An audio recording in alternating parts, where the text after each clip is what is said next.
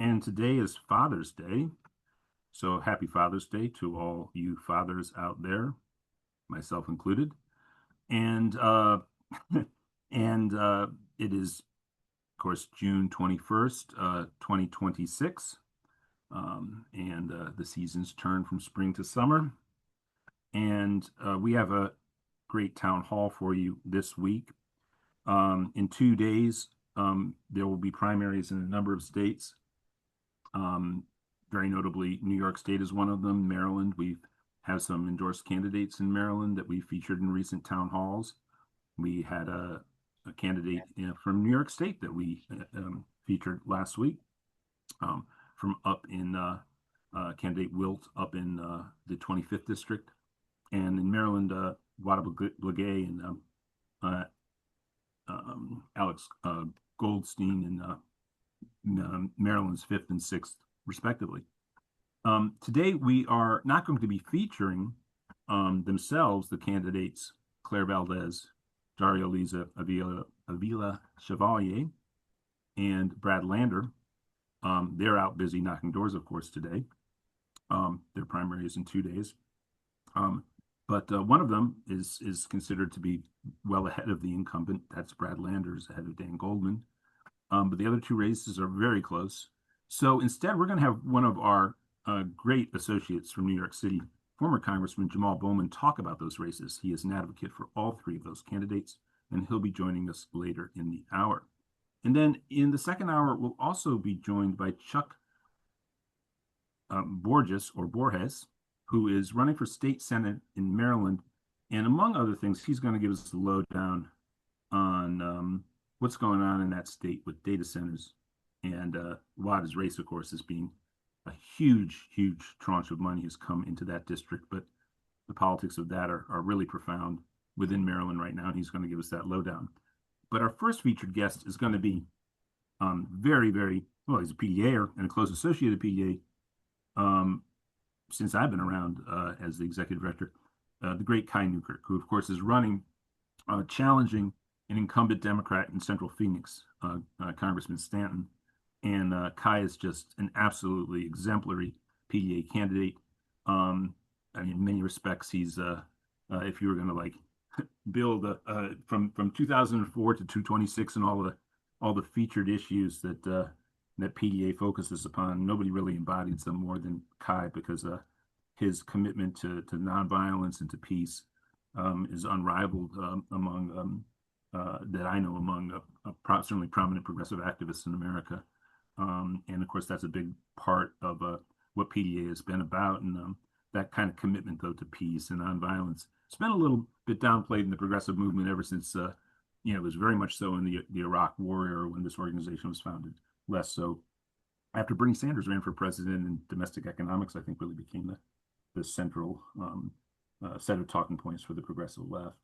But Kai is just perfect on all that stuff. And again, what he brings to, in terms of just moral clarity, as well as a really strong sense of political pragmatism to his work as an activist, both inside and outside of the electoral realm, in Arizona and across the country, is spectacular, and he would be a brilliant, brilliant addition to the U.S. House of Representatives. So he'll be on. And of course, before then, we're going to hear from Mike Fox in a few minutes with our PDA to-dos. And Donna Smith is with us. And Donna Smith is, of course, the chair of the PDA Advisory Board. And I don't know what you would plan to speak about today, Donna, but I'm going to ask you now to come forward and share your thoughts. But I thought maybe one of the things you'd want to touch on is Father's Day. Hey, Alan, I'm sorry to interrupt, but your volume is very low. Can you raise it just a little bit? People are having a hard time hearing you. Output volume says high. Huh. Um, I will get my mic in a minute, but can you hear me now? At least if I That's speak. better. Yes, thank you. Sure. I'm gonna go get the better mic in a second. And but Donna Smith, how you doing, Donna? I'm doing all right, Alan. How are you doing?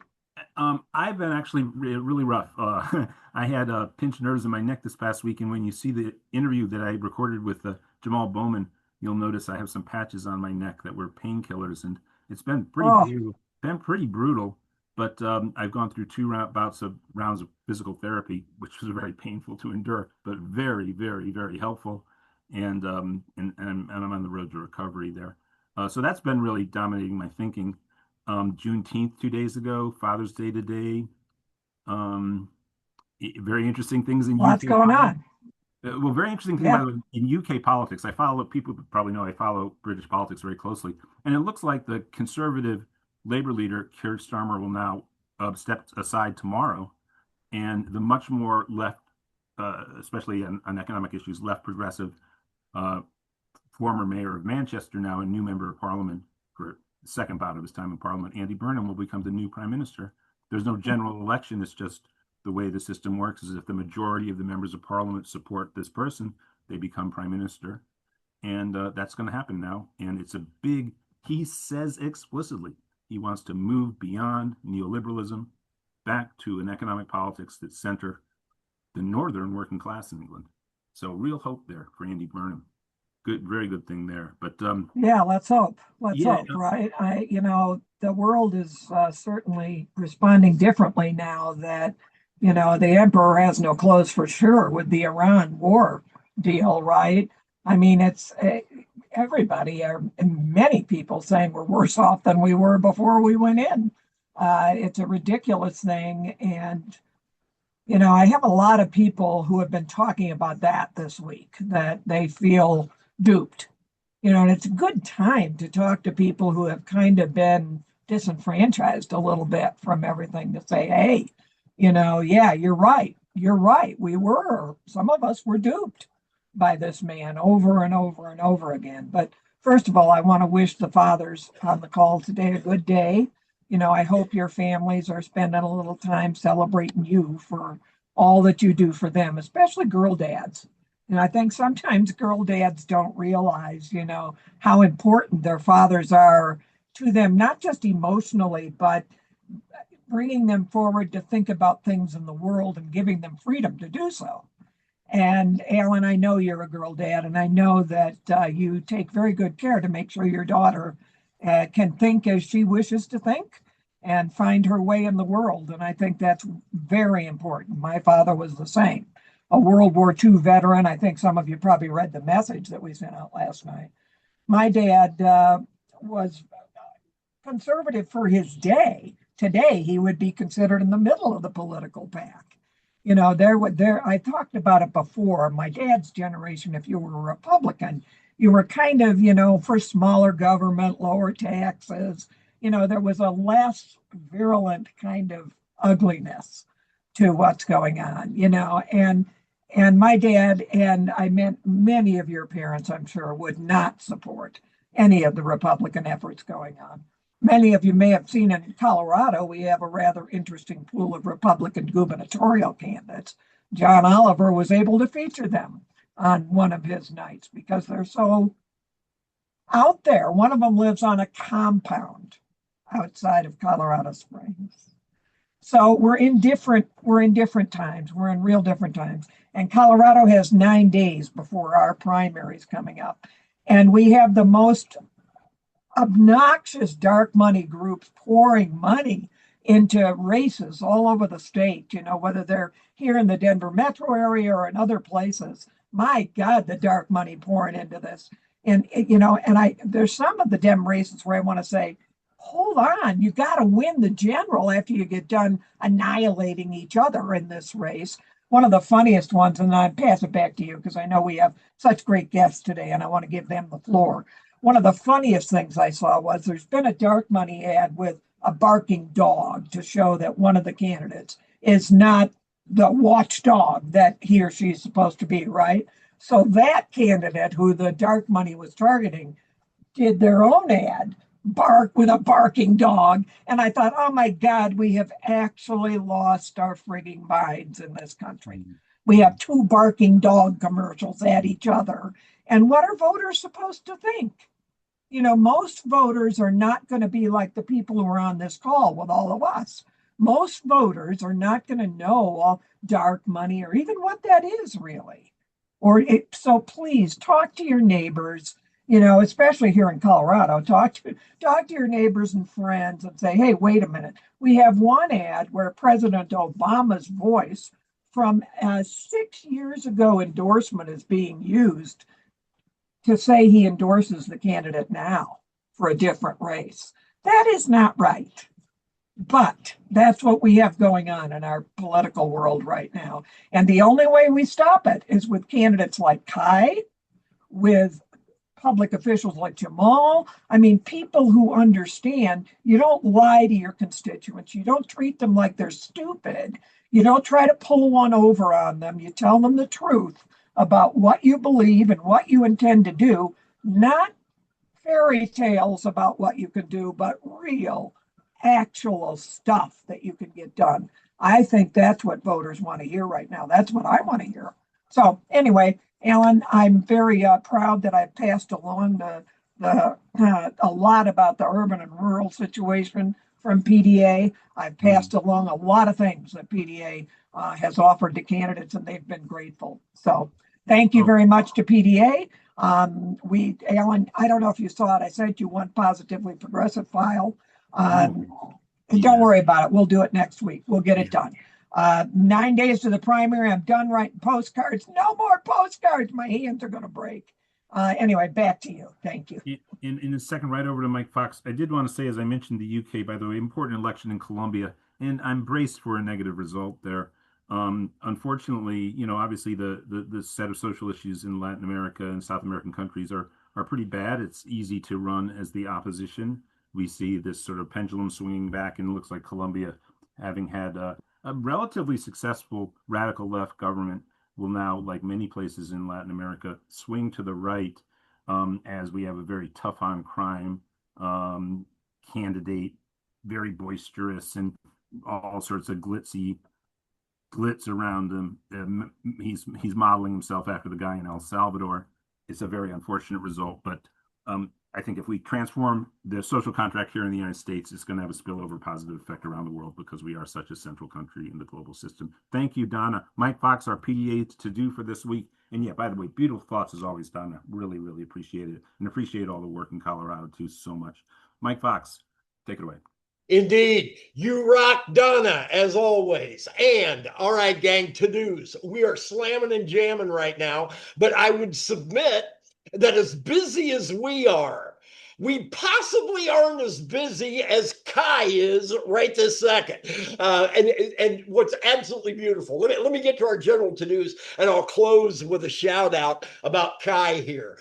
Interesting story. So here we go. To-do number one, as always, revel in the fact that you're surrounded by people who get it here. Every Sunday, 4 o'clock Eastern, 1 o'clock Pacific, we are here building community and, most importantly, supporting each other, inspiring each other, and doing what? Getting ready for the week of work coming up. Right? You are surrounded by people who are going to make a difference. Okay? Revel in that. Take it in and then act upon it. Okay? And thank you all for being here. The mask, I apologize. No, I'm not ICE. Bottom line, doctor's orders, long story. I appreciate your open-mindedness. I know it's off-putting. But in any event, revel. Number two, take notes, because we got a bunch of things that we need to get done throughout this call, okay? We'll be throwing them at you left and right, left and right. Make sure you got your list together whenever you leave this call. From a time and treasure standpoint, the two primary foci today are, number one, phone bank, phone bank, phone bank. Did I mention phone bank? We've got primaries on Tuesday, and Kai's vote by mail ballots drop Wednesday. So the election literally starts in Arizona there. So we got to button up Maryland, we got to button up New York, and we got to button up those vote by mail ballot people in Arizona. So phone bankers, do me a favor. We got a lot of them on the call here. Identify yourself as a phone banker and ask folks to join you. Recruit, recruit, recruit. If you don't see the link to phone bank, go to pdamerica.org/volunteer.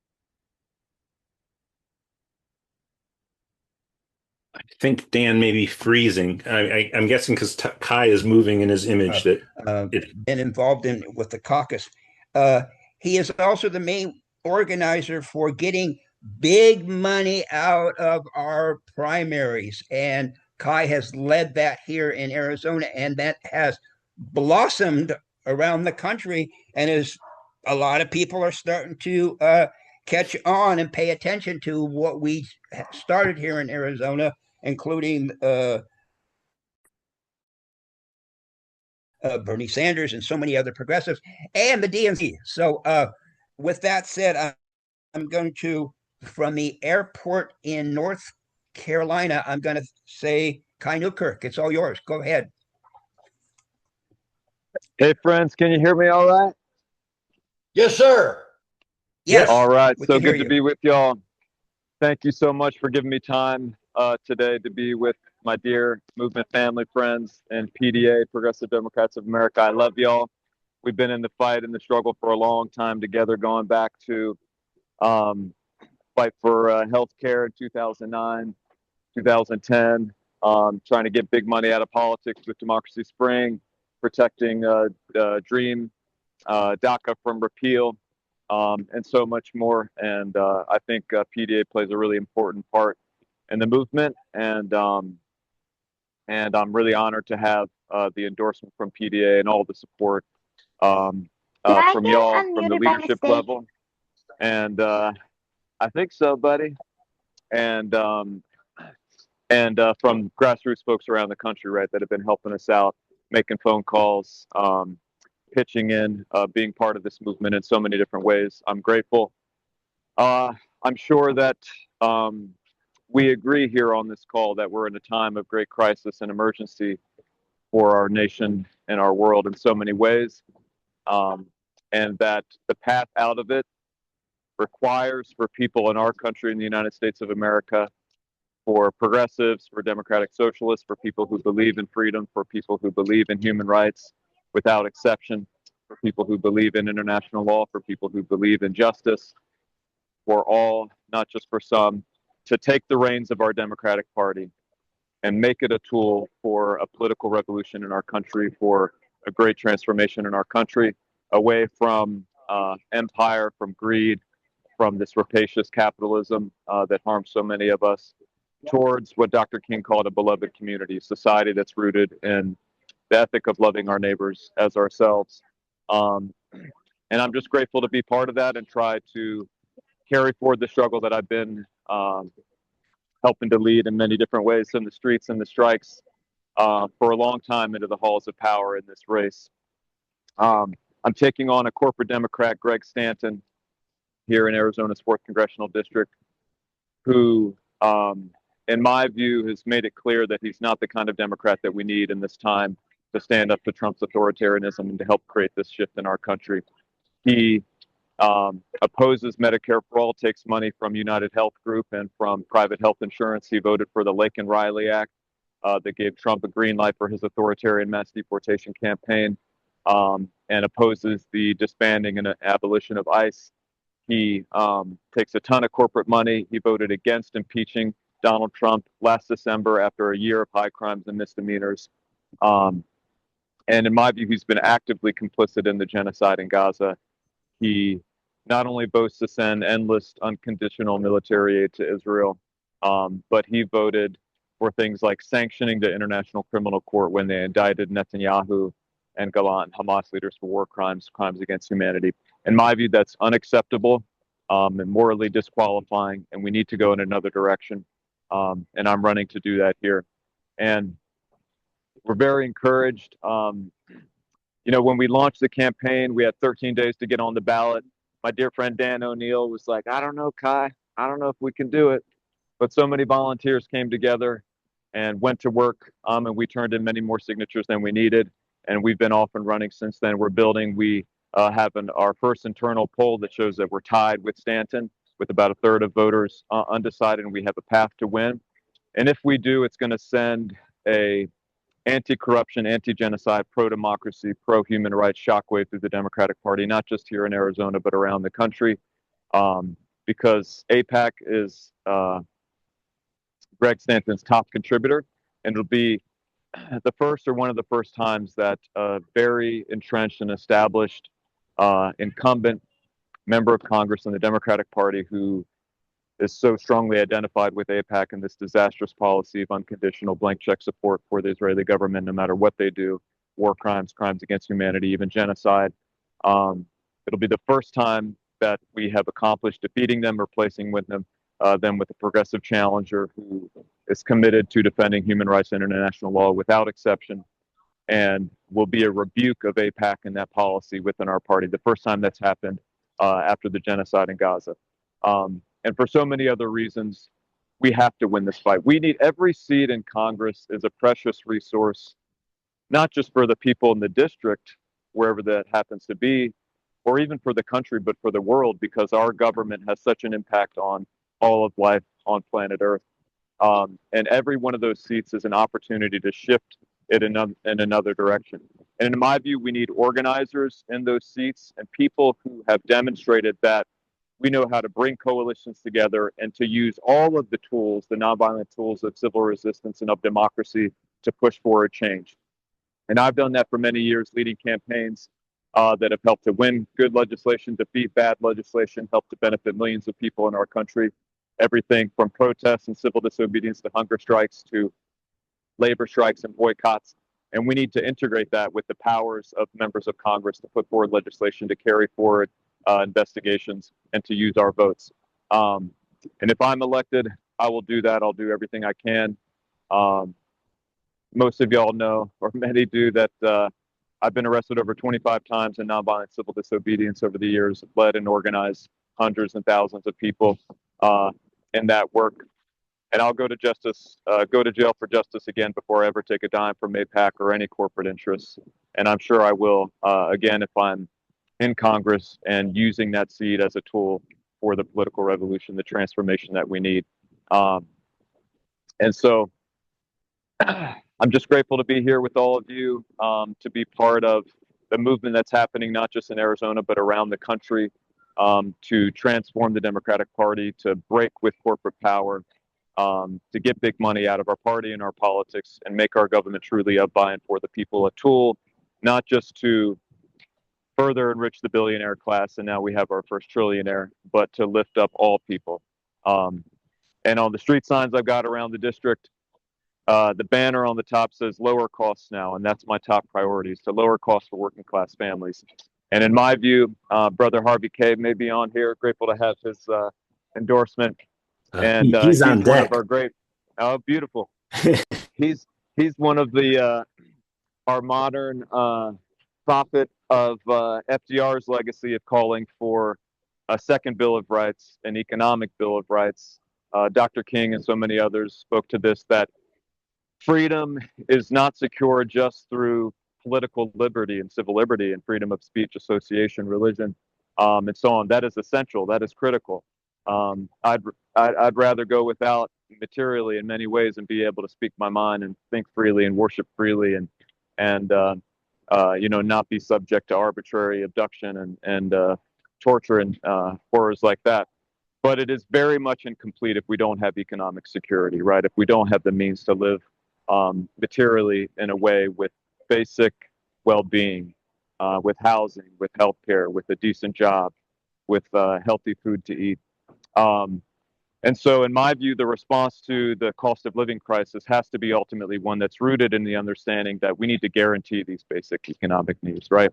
And make the basics of a decent life not just affordable for all, but insured and secure for all. And so that's what I'm fighting for, is to push for much bigger change in terms of that, from Medicare for all to finally guarantee healthcare as a right to all, not just a privilege, to freezing utility rates, to a national rent stabilization or rent control policy, massive investment in social and affordable housing, a national living wage, and a federal jobs guarantee, and building out enough clean energy infrastructure that in places like Arizona, we should have free solar energy between noon and 3, as they've accomplished in Australia and other places. These things, like tuition-free public colleges and universities, they are possible if we decide that we're going to reject the lie that when elites say that there's no money for the things that we care about for working class people, right? But we see there's always money for war, like the war in Iran, and there's always money for tax cuts for billionaires. We say no.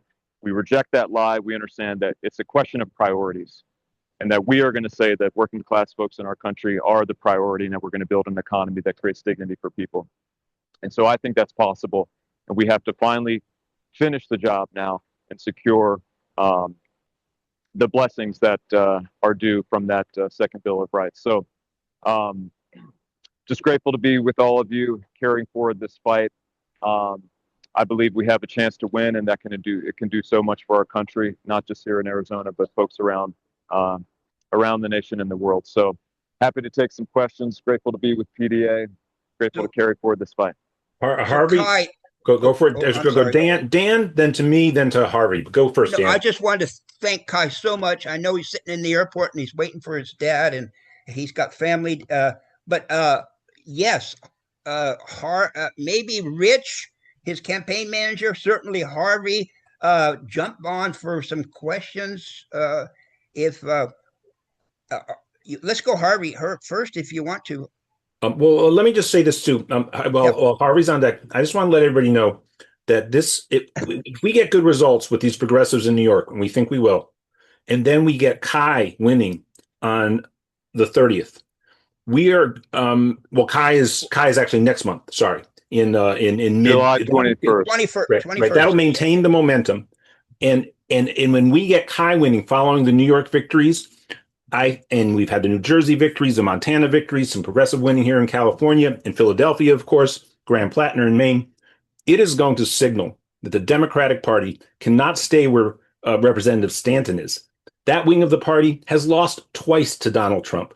It is the progressive wing of the party that has ideas that speak to the wishes and desires of the population in the country. And each one of these House victories in 2026 can reset, and Kai is the perfect candidate to assist with all of that resetting. He thinks about this institutionally, broadly, and with a strong, broad vision for American society. So thank you so much, Kai, and everybody, please support Kai's candidacy however you can, as well as PDA's support for Kai's candidacy. Harvey J.K., my friend, Thank please. you. Yeah, we can see you too. There we go. You're beautiful. Yeah, I'll just say it's been a while since I've been here in a town hall, and I'm sorry that I haven't been able to make it. But I definitely wanted to be here when Kai was going to be engaging all of you. I just met Kai, about a month or no more than 6 weeks ago. Maybe I'm wrong. Maybe it's 2 months. The point is, I just met him. I was particularly interested because of friends of mine who said, you've got to meet him. Absolutely must meet him. So we had a meeting on Zoom. I've never been to Arizona, by the way. Had a meeting on Zoom, and You're I came invited. away. Thank you. I came away. In fact, I let him know on that day that he could depend on my support, whatever that might mean. I'm not loaded. I'm not a billionaire. Okay, but it is the case that I know that he is, as an Arizonan or as Arizonian, not sure which it is. The point is, I know that this is a man who believes in the imperative for the United States to adopt an economic bill of rights for the 21st century. And as you probably all know, not just my interest, Alan and I are working on a book titled The Case for an Economic Bill of Rights. He fully understands and appreciates the imperative, both for the sake of sort of everyday humanity, but also for the sake of saving American democracy. So I just want to say, if you can afford the time to do some work for him today or to donate, please do. I can tell you he's very smart, obviously very articulate, and very committed, and probably the most committed to peace of any man I've ever met. So I'm going to leave it at that and just say that I'm proud to be, to some extent, involved in his campaign. Wow. Thank you, Harvey. Means a lot, brother. Thank you so. Yep. Rich, anything that you want to add or to motivate PDAers again, as Harvey did, Rich, with Kai's campaign? And thank you so much, Harvey JK. It is always an honor to be here. And you may not be a billionaire in your bank accounts, but you're a billionaire of spirit. So there. Billionaire of spirit, the highest. That's a great new concept. Well, no, well, there is now the trillionaire of spirit. That just was set as a new marker. So he could be the first one there too. So yeah. Go ahead, Rich. Yes. So first off, thank you to everybody on the PDA for making this possible. Your enthusiasm and your drive to help candidates be successful is so infectious, and we're so grateful to have it. Long story short, on the Kai Newkirk campaign, everything is happening all at once. And I constantly remind myself that that is the best kind of problem to have. I will give you the 60-second snapshot here. We found out that the state of Israel was sponsoring a poll in the field conducted by Brad Pascal, Donald Trump's current or former campaign manager. Kai went viral last week calling for the AG to investigate and kindly asking Greg Stanton to denounce that. And that's been picked up in a bunch of different outlets. Kai is such a nice guy that he even went to one of Greg Stanton's events so he could kindly ask him in person. And Greg Stanton, unfortunately, but perhaps not surprisingly, failed to deliver. He just kind of gave Kai the blank stare and scooted out of the room, which was a choice. But people on the ground here are really starting to pick up. We had a massive canvas launch yesterday. Every time I open up our van or our Vote Builder account, I see so many IDs that have been done. And I always check in with Amelia, like, Amelia, what the hell's going on? It's the PDA every single time. It's you getting on the phones and talking to voters and finding so many Kai Newkirk supporters. We are preparing to launch our campaign video this week. We're very excited about that. The team behind Zohran Mamdani is just putting the finishing touches on it in the next couple of days. So look for our smiling faces on a video service near you. And we just found an office as of this week. So we're very excited, and the people who live next to me through this paper thin wall over here are probably excited too. We have everything going on, and it's all possible because of candidates like Kai who have big ideas. The only way we get candidates with small ideas but big bank accounts out of politics is candidates like Kai with big, massive, bold, progressive ideas powered by grassroots donations. So if anybody is inclined to volunteer for us, we would be honored to have you either here in person in Arizona or via virtual phone bank. Link is in the chat, and Amelia, who's also on the call, can get you set up. And if you feel so inclined, we would be honored to have a campaign contribution. I've put that link in the chat as well. You don't have to be a billionaire. In fact, you are strongly encouraged not to be, because we are not taking that dirty corporate money. Thank you so much, everybody. I really appreciate your time. Thank you Alan, so you're on much. mute. Sure, in PDA land, which is because of. Oh, thank you so much, Rich. Alan, you have to unmute. Oh, I unmuted. Can you hear me now? Now we can hear you. Go ahead. Yeah. Okay. One thing for sure in PDA land, because the Arizona primary is just about the only primary in the month of July. They really pick up again around August 4th. We're going to have a full-on commitment here to this campaign, and I believe it's our only competitive endorsement in the state of Arizona at the federal level. Certainly, the local candidates are there too for the local PDAZ group. But federally, that's the case. And so we're really going to lean into this campaign. So if you donate consider donating to the split, because PDA we're going to burn a lot of resources for Kai Newkirk in the next 4 weeks. And look, imagine having this guy. We just heard from him a few minutes ago on the floor of the U.S. House of Representatives.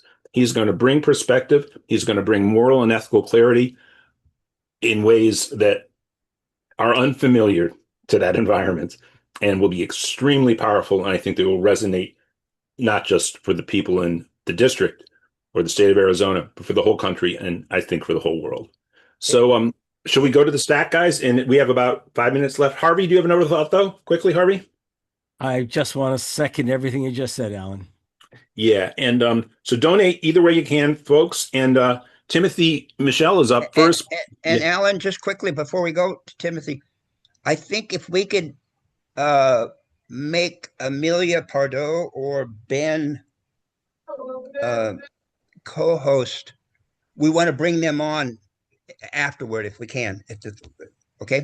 Okay, and Kai, we have about 5 minutes for questions, right? And so Timothy, please, the floor is yours. Yeah, I can go. I can go till I just need to be off by 5 Eastern. Okay. Okay, that's good. Okay, we'll do that. Whatever That's perfect. That's perfect. Yeah. Okay. Timothy, Leah, let's stick with Kai. Okay. Timothy, Can you hear me? Yes, we can. Okay, great. Hi. Section 224 and Section 662 of the NDAA has been revised by Tom Cotton in order to basically give the Israeli IDF a seat, basically, in the Pentagon.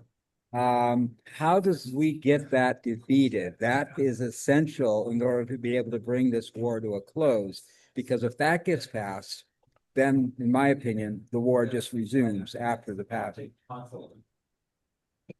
It's an important question, Tim. Thank you. We've got to stop it. We got to stop it now. We got to stop it in the future. I think the first fight right now is just to make sure people know about it, because part of the reason it's happening, in my view, is that there's just been a radical, historic shift in public opinion among the American people to turn against this policy of unconditional blank check support for the Israeli government, no matter what they do, violating our laws, human rights, international law, endangering our interests and American lives. Right, 13 U.S. soldiers at least have died in the war in Iran. We would be in that war if not for Netanyahu and the extremists in charge in Israel. So they're losing ground. We got the majority of the Democratic caucus in the Senate to vote for Bernie's joint resolution of disapproval. So now they're trying to do this deeper integration of our whole military and security agencies in the country. And so to me, that would be a disaster. It would make it harder to unwind this disastrous policy, which is not just bad for us or the Palestinian people in the region. It's bad for the Israeli people. It's bad for Jewish people in Israel and around the world. So I think we got to raise the alarm, make sure people know about it, and speak out against it. Make sure that Democrats are hearing from people and understand that they're not going to get a pass on this. The same way that there was a lot of AIPAC Democrats who ultimately voted for the War Powers Resolution on Iran. I don't think that was because many of them believed sincerely that we needed to push back on Netanyahu and them. It was just because they understood, they knew what time it was politically, and that there was going to be hell to pay if they didn't vote for that. Right? Stanton, I would say, was one of those folks who got in line because of the pressure. So we got to make sure that people know about this and that we're opposed to it, that we're organizing, that we're protesting, that we're speaking out to stop this from happening. And I think that we can do it because this whole status quo has become so unpopular. So thank you for raising that. We've got to push on it. If that comes up again and I'm in Congress, I'll help lead the fight to stop it. Erica, your question, please, for Kai Newkirk. I guess I'll summarize because there's a lot of stuff going on for people with disabilities. But I will just say that, times are getting bad for us and people are making a real push to stop our educational rights and try to keep us in institutions or make us go back to them. What would you say would be your biggest plan to protect our rights? Erica, great to be with you. Thank you so much for your participation and solidarity with a lot of work I've been part of over the years. Great to be on with you. This is important. We've got to hold the line and go further. The ADA was such an important historic victory for justice, for civil rights in our country. We can't let it be undermined or repealed. We got to expand it and build on that architecture to enable Americans with disabilities to live with all the dignity and empowerment and to be able to bring forward their gifts and contributions in our society. And I'm heartened by, victories in, I guess it's the last decade or so, but when we were trying to stop Trump from repealing the Affordable Care Act in the first place and the expanded Medicaid that was such a, that was so helpful for so many Americans with disabilities. It was the participation and leadership along the solidarity with so many other people, many folks in wheelchairs and other accessibility devices that were part of the sit-ins that we did in the Capitol and helped to put the stakes on display. So I think now is a time where we have to keep from going backwards again, unfortunately, and creating laying the groundwork to be able to go forward. And so if you've got specific ideas or there's new developments on that front, Erica, that I might not be aware of, I'd love to hear them. But in my view, it's about defending that successful architecture and then expanding it, like more resources for in-home care and support for people to live with independence and be able to realize their gifts. Marty, your question for Kai. Question or comment? Can you hear me? Yep, we can. Kai, you sound like the name of an anime character or video game warrior or something like. Anyway, my real question is, it's about foreign policy. Would you consider a plan to withdraw our military from countries around the world, like Japan and Germany and England and stuff? I know a lot of countries would like us to consider that. I mean, we need to dismantle our empire because it's a situation other countries wouldn't like it. We wouldn't like it if it was reversed, excuse me. And I think it would help us a lot. It would save a lot of money. I'm just curious if you're into something like that. That's all. Yeah, thank you. Great question. In my view, we've got to, in this moment where for so many Americans after 20 years of the failed war on terror and the genocide in Gaza and our complicity in it, there's an opening, I think, a generational opening to push for a deeper transformation in our foreign policy away from one that is distorted by imperialism and that's been so hypocritical in terms of human rights and international law, to one that seeks to build an order that carries forward the best of the post-World War II vision that was just so incomplete and hypocritical and contradictory, to say, no, we want to have an order that is rooted in international law and human rights and democracy and collective security without exception, right? And so part of that, in my view, has to be major reductions in defense and security spending and in the Pentagon budget, not just accountability and audits, but really reducing that, and our footprint around the world. And some nations, they may want still that support there. I think it's always going to be contested, but I think that we need to go in another direction and begin to reduce that. But it's got to be part of, I think if we did that without building up a stronger architecture of collective security, then it wouldn't go as well as we want it to, because we have to build that up, not only for our interests, but people around the world, to have a sense that there's not going to be a vacuum that, nations like Russia under Putin's leadership, right? Their aggression in Ukraine, in my view, NATO's expansion, et cetera, and the ways that U.S. foreign policy was provocative in that way, did not justify the aggression and the invasion from Putin and all the war crimes that have been carried out. And so we've got to really build an architecture of collective security, in my view, through the United Nations Reformed Security Council, looking at NATO and other alliances, how if you can democratize that, you can bring more people in and have a real architecture that people feel that that there's a collective capacity and resources of nations that are aligned around the world and have real commitments, that there will be accountability when there's aggression and violation of international law, and that everybody's on the hook for that, including the United States. We don't exempt ourselves. That, I think, is the kind of order that would enable major reduction in defense spending so that we can spend that here at home and then help more people around the world, and bringing our troops home and reducing that footprint around the world. So to me, it's a major shift from empire being at the center to democracy, human rights, international law being at the center.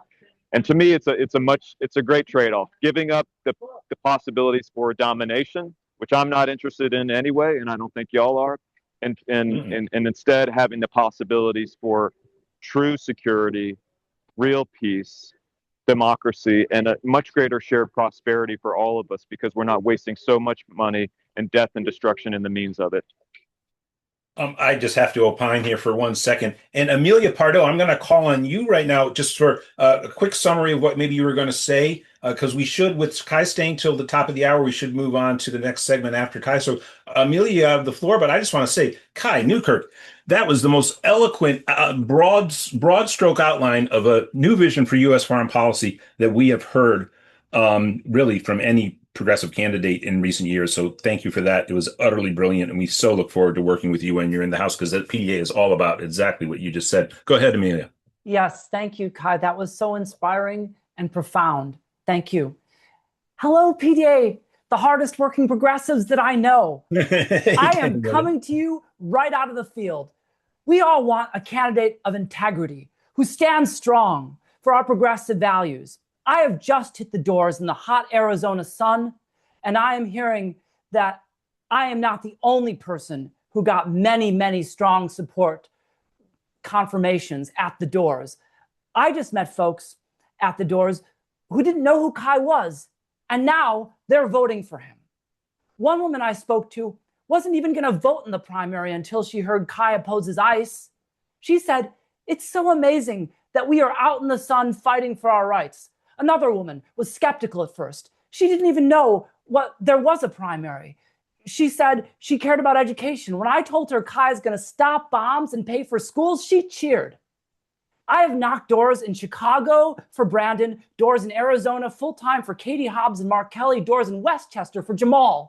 These are the easiest, most productive doors I have ever knocked or phone banked. Seriously, everybody, this is an opportunity. If we miss this, we are all going to regret it.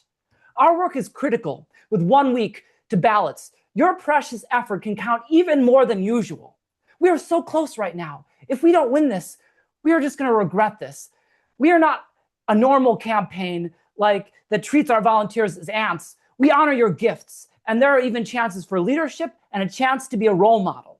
Join us. Not only can we win, but it's going to feel great when we win, but we can't let up. Will you join us on a phone bank or at a door? Please reach out to us and join us now. Thank you so much, PDA, for giving me this time.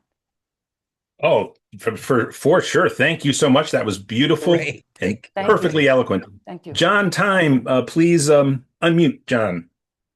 Hey, can you all hear me? We can. Okay, great. That was great, Amelia. Make sure you wear plenty of plop when you go out there. I just have a few comments. I'm an Army veteran. If you go back to 1941, the Roosevelt speech, freedom of speech and expression, freedom of worship, freedom of want, freedom of fear. Look, we Democratic Party rock, okay? But we beat up on ourselves. Look, Hillary Clinton proposed a national health insurance, government health insurance, and the answer was the Republicans with what they call Obama now. It's what Romney passed in Massachusetts. So we've been trying to be progressive the whole time in the Democratic Party, but unfortunately we had to fight. We were still fighting the Reagan era. The country went in the wrong direction. I voted for Jimmy Carter in 1980, and then there was George W. Bush. So we rock, and we've always stood for these principles. John, do you have a good question for Kai? No, I don't. But he's on the right track, and just remind everybody that we've always stood for these principles. Mamdani was sponsored by the Democratic Party of New York. So, thank you so much, John. Lois, a question or a comment for Kai, and then we'll go back to Kai. Yeah, I was just wondering what your plans are, Kai, for protecting women's reproductive rights, protecting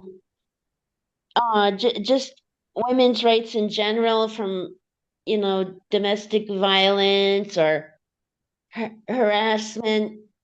What can you do for women? Oh, and our right to vote too. Thank you so much. Yes, absolutely. To me, this is fundamental. It's obscene and disturbing that there's this regressive force in our country that is trying to, that talks about women's suffrage as somehow trying to reopen that debate. It's disgusting. It's absurd. We have to be clear that we're not going backwards. We're going forward. Amelia, who just spoke, was part of an effort that I helped lead in 2022. Some of y'all know that I stood up in the United States Supreme Court and interrupted the justice, did a protest. It was the first time there was ever video captured of a protest or anything inside the Supreme Court in 2014, pushing back on Citizens United, and led a few other groups in doing so. And in 2022, after the Dobbs decision overturning Roe, which was completely unjust and illegitimate in my view, led an action supporting 3 women who stood up and spoke out in opposition to that, were arrested, held overnight, and helped to galvanize the opposition and the pushback that has happened. But we've got to win the majority, and then we've got to pass, I think, the Women's Health Protection Act and codify Roe, but also protections that go beyond that to restore women's freedom to choose and the basic rights of abortion and bodily autonomy in our country. That's essential. And I think the Equal Rights Amendment, in my view, it's time for that to be published and made clear that it's the law of the land, and to do work around equality in terms of paychecks, and continue really building towards, in my view, a feminist society, meaning equality and really women's empowerment. So pushing back in every way, defending the gains that we've made, and also listening to and working with women around what the next steps are that we can take to really realize that equality, which to me is essential for democracy and for a just society. And I'll never stop fighting for that. Robert, please unmute. A question or comment for Kai. Robert? Yeah, good. You got it. Yeah, it's just some comments on that. I think more effort should be put into particular issues.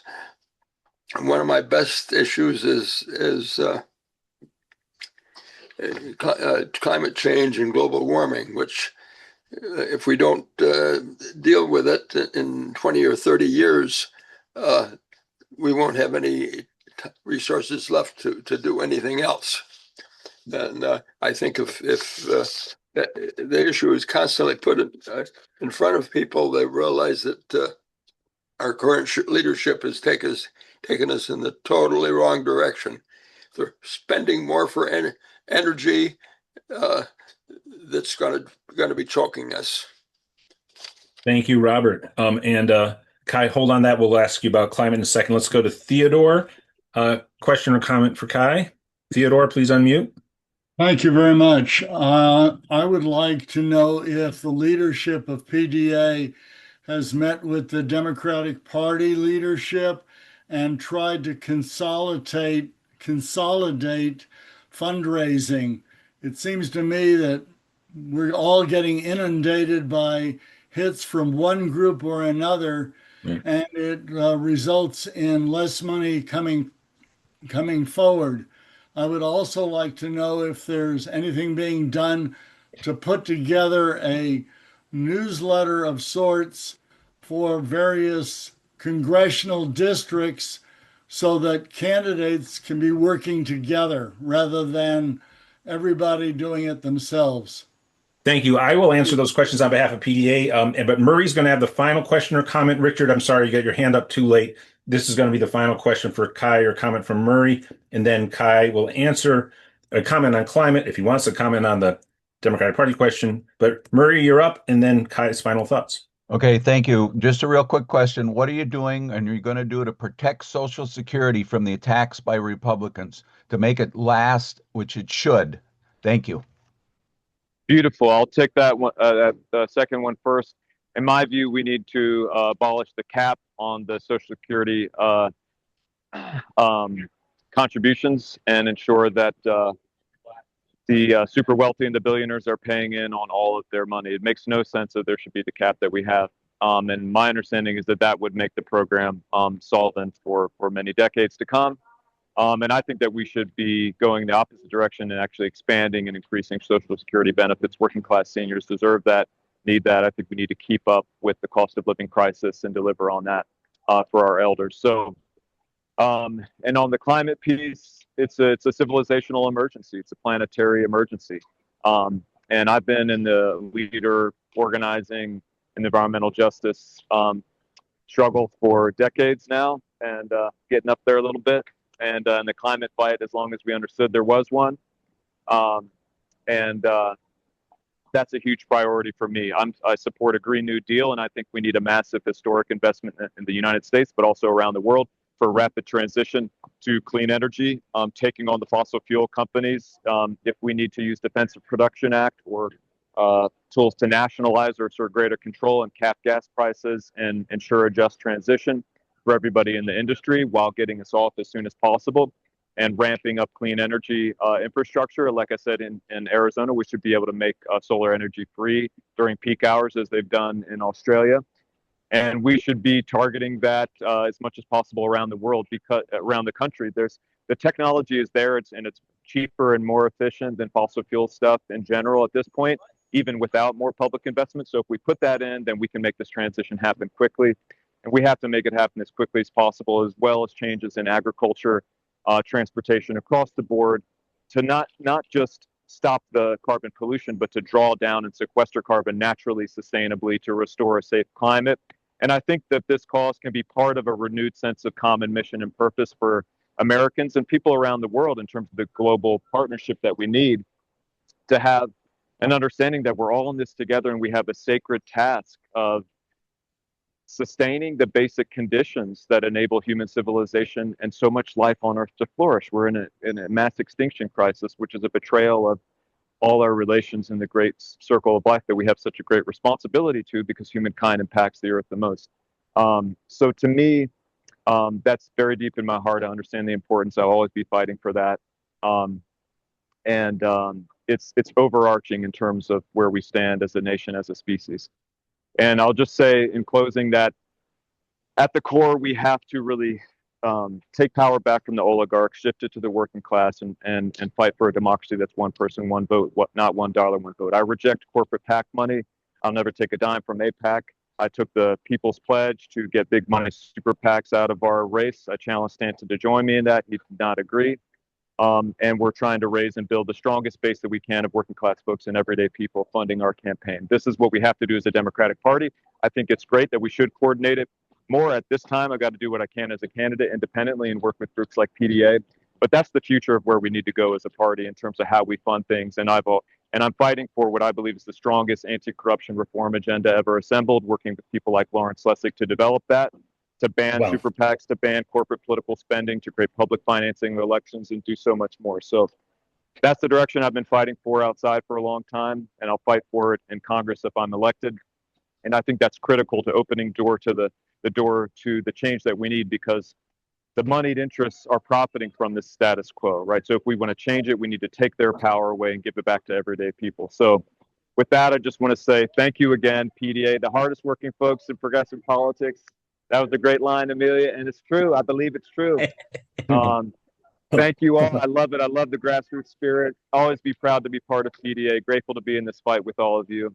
I love you. Let's win this thing. Let's move America towards a beloved community, society that reflects our goodness. We know we can do it. If we get together, have the courage of our convictions, if we're wise, if we're strategic, if we make the effort, si se puede. And I will see you out here in Southern California in a week's time. I'll see you in a week's time, Kai. Thank you so much. Now, everybody, beautiful. I also, by the way, really want to thank Amelia from the Kai Newkirk team. I want to thank Rich Thuma, and I think Ben split, I think, already. And so thank him, too. I think he was here. So everybody, look, right now, give what you can. Sign up to volunteer through PDA. We'll get you totally networked within what's necessary in terms of phone banking if you're not within geographical range of Metro Phoenix. Of course, if you're within range, let's hook you up with the campaign, get you out there, get you going. Working with a nice sun hat out there in Arizona alongside Amelia and everybody. And just absolutely fantastic candidate. Not enough superlatives in my vocabulary to cover it. And obviously would be a transformational figure in American politics, the kind we need. The ethics are, this like I just think of the Elvis Costello line: "My aim is true, his aim is true, folks." And we really got to get this guy into Congress. Thank you, everybody. Thank you, Amelia. Thank you, Ben. Thank you, Rich. Thank you, Kai. Thank you, Dan O'Neill. We are at the top of the hour, and we're a little behind schedule. But Mike Fox, you got to step up now and give us the PDA to-dos. Hopefully, people have been donating and donating. Hopefully, to the PDA split link to donate to Kai's campaign and PDA's efforts to. We're gonna go over budget on Kai undoubtedly. So every dollar you give is going to help us support Kai's campaign. I want to thank Harvey J.K. for being here, of course, too.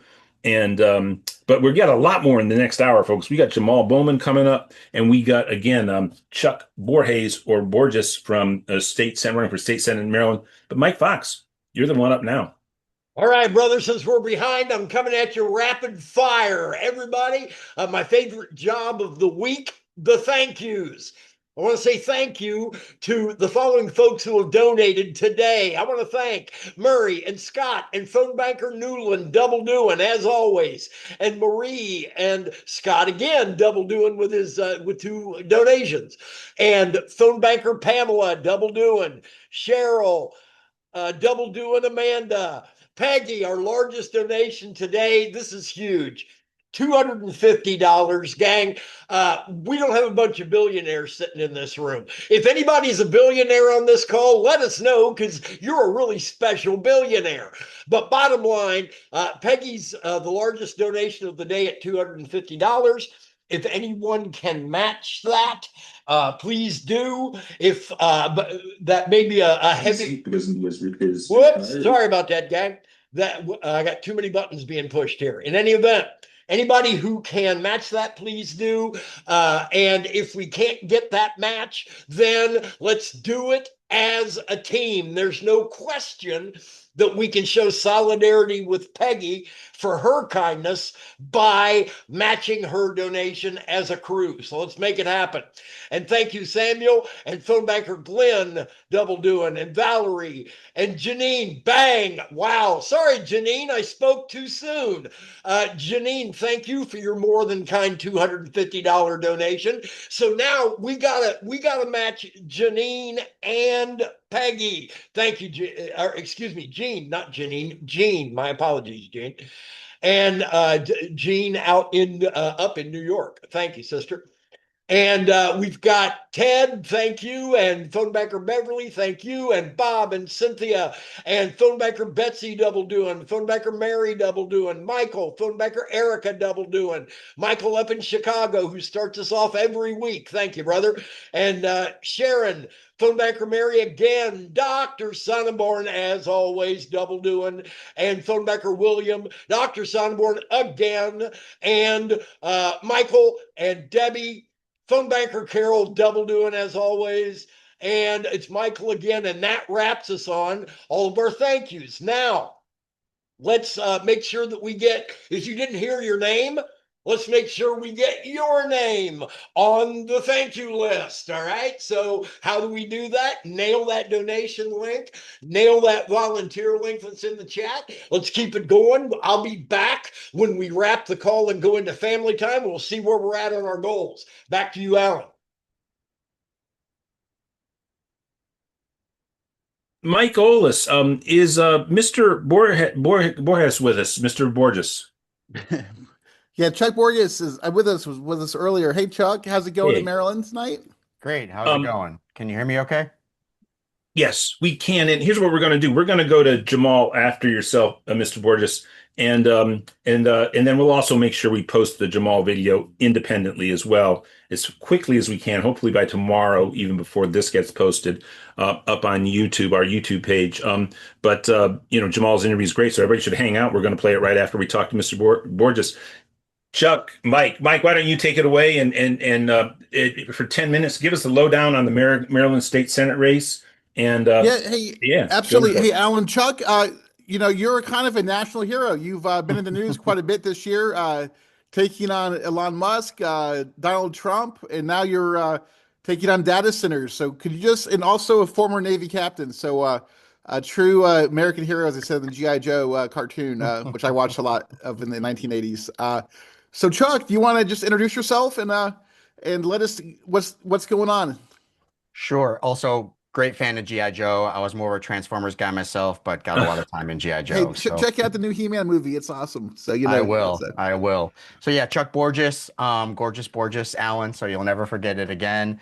There we go. Sure. Yeah. I'm a fan of the Argentinian writer. Do you ever read that guy, Borges? Yeah, no relation, unfortunately. Oh, he's amazing. But you are too, man. Take it away. Yeah, go for it. At 23-year Navy veteran, decorated for individual valor in combat in Iraq.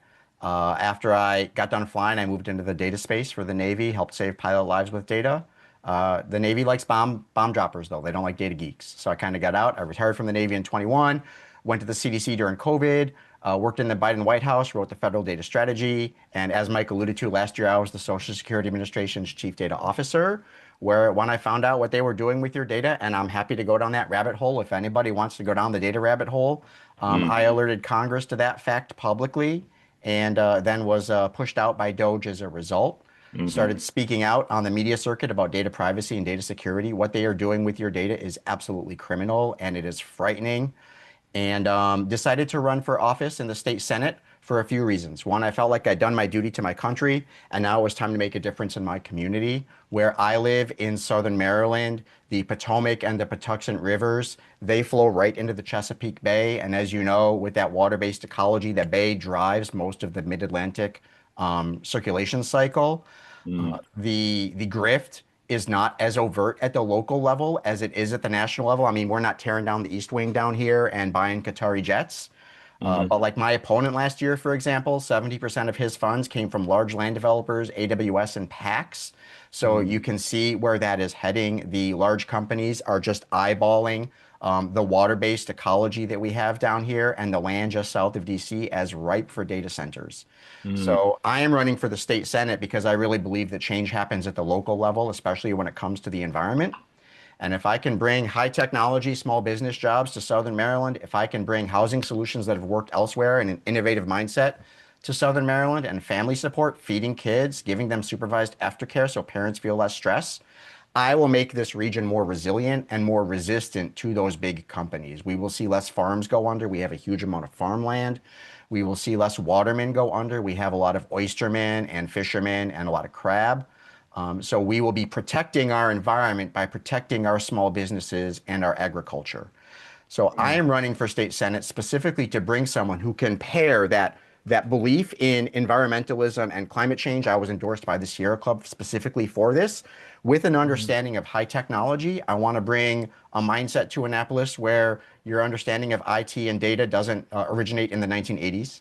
And if I can bring those two together and make high technology and rural agriculture work well together, then we will be protected from AWS, from Google, from NVIDIA, who honestly, they are grabbing land like it's the power plants in the 50s, overpromising and under-delivering to disadvantaged communities, to minority communities. They're doing the same thing down here.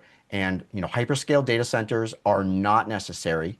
I'm happy to go down the AI rabbit hole. They are chasing inference on AI, and it is truly frightening when that bubble bursts and these data centers are lying fallow. That industrial development, it cannot come back, right? You cannot regain that land once it's been industrially developed. Once you've pulled the water out of the aquifers, once you've killed all the trout spawning fields, you cannot regain that. So I'm running for state Senate because I feel like we need an environmentalist with an understanding of technology that can really bring that mindset to what is really the critical part of our water-based ecology all up and down the Atlantic seaboard, because that bay feeds so much of what happens in the Atlantic. I'm gonna do, Mike, can I do one thing? I'm gonna just for everybody and bear with me, everybody. I'm gonna gavel out of this PDA town hall and gavel us into a P40A town hall, Progressives for Democracy in America, which is our which is affiliated 501c4, which is basically the PDA lobbying wing, but it also can endorse state and local candidates. The PDA nationally is a federal PAC, and I just want to do that because I think you sound fantastic as a candidate, and I want to now say that we're gaveled into P40A as a meeting that you certainly have our endorsement from P40A, but obviously we're not a PAC, so we can't be raising money for you in that regard. But unfortunately, our Maryland state coordinator had a tragedy in his family and isn't with us. But he would have the capacity for the state PAC there in Maryland, and I'm sure I'll talk to him the next day. I know that the election is in 2 days. But tell us about your race and the competitiveness and all that, and then back to you, Mike Olis, after Chuck's response. Yeah, so fortunately, I'm unopposed in the primary. I'm one of the rural areas of Maryland that's a light red lake and a big blue sea. But what that pragmatically means is Annapolis doesn't really look down here too much because we don't drive the economy of Maryland, and the red leadership that gets elected by the thinnest of margins at times can then scapegoat Annapolis and kind of drive that hate machine forward, right? So it's more of a 55-45 district when you parse out the numbers, but more Republicans registered than Democrats, but mostly independent. The numbers are looking really good for us coming out of early voting. However, I only have to win a sparse majority, like 55 to 57% of independents probably, to win the election if the early voting numbers hold, which is really doable in this climate. My opponent, like I said, he's an eight-year state senator, so he's been there for 2 terms. He's a Hogan surrogate. He paints himself as an outdoorsman, but like I said, a majority of his funds, over 70%, come from large land developers, AWS, or the kinds of PACs that you'd expect. So most of the local politicians down here are in bed with large land developers, and we get a predominance of cannabis farms, like industrial-sized cannabis farms. I'm very pro-cannabis, smoke what you want. But when you have a water-based ecology, you don't need industrial growth sucking up from that water aquifer. You need to incentivize, vertical ag or something like that a small business can develop. And forgive me, Mike, because I promised you the next question. But in California, it's like in Los Angeles where I live, if you win in the primary election day, if you win over 50%, you don't have to run again in November. Is that the same in Maryland? So you're going to win the primary and then you'll be in an election in November? Yeah, Maryland is a traditional primary system. So the parties run their own primaries, and then the party candidates run in November. So I'll be running against him in November. Look forward to working with you and supporting your candidacy over the next few months then. Thank you. And Mike, the floor is yours and Chuck's. And I appreciate that. Before you go on, Mike, real quick, at the state level, like change happens, and also support is so much more impactful. Like we don't need millions of dollars. We don't need millions of supporters at the state level to win these elections. They're really run on the thinnest of margins. So. Absolutely. And Chuck, one of the conversations we had earlier was about the nuclear reactor that's in your district. Then it just being, having a neighborhood of data centers just moving right next door to the nuclear reactor. So it sounds a little bit like hell, right? And so what's the vibe locally about this data center conversation and people's concern? So it's hard enough to have a nuclear reactor in your district, but then you have these data centers just thirsty for all of this energy. Oh my goodness, it's ridiculously galling, and people are really upset about this. Like you said, we have a nuclear reactor. The nuclear reactor is actually carved out of my district. It's a really weird carve out, but all of the data center development is in my district. The problem in Maryland is we're part of the PJM interconnected network. So our power in Southern Maryland from that reactor actually travels north before it comes back south. So most of my district is at what's called the end of the grid. So, we are the recipient of power after it goes north and then comes south from the nuclear reactor.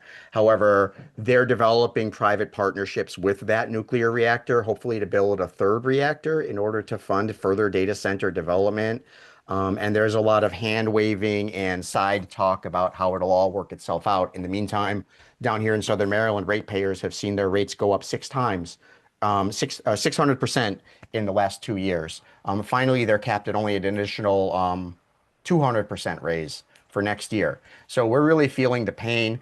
And where I live, we're really having trouble finding solutions around things like community solar and rooftop solar that would keep power local, because when you have small scale solar developments on, say, the top of your target or on non-arable farmland where you let the farmers keep the tax credits for producing community solar, that power tends to stay more local.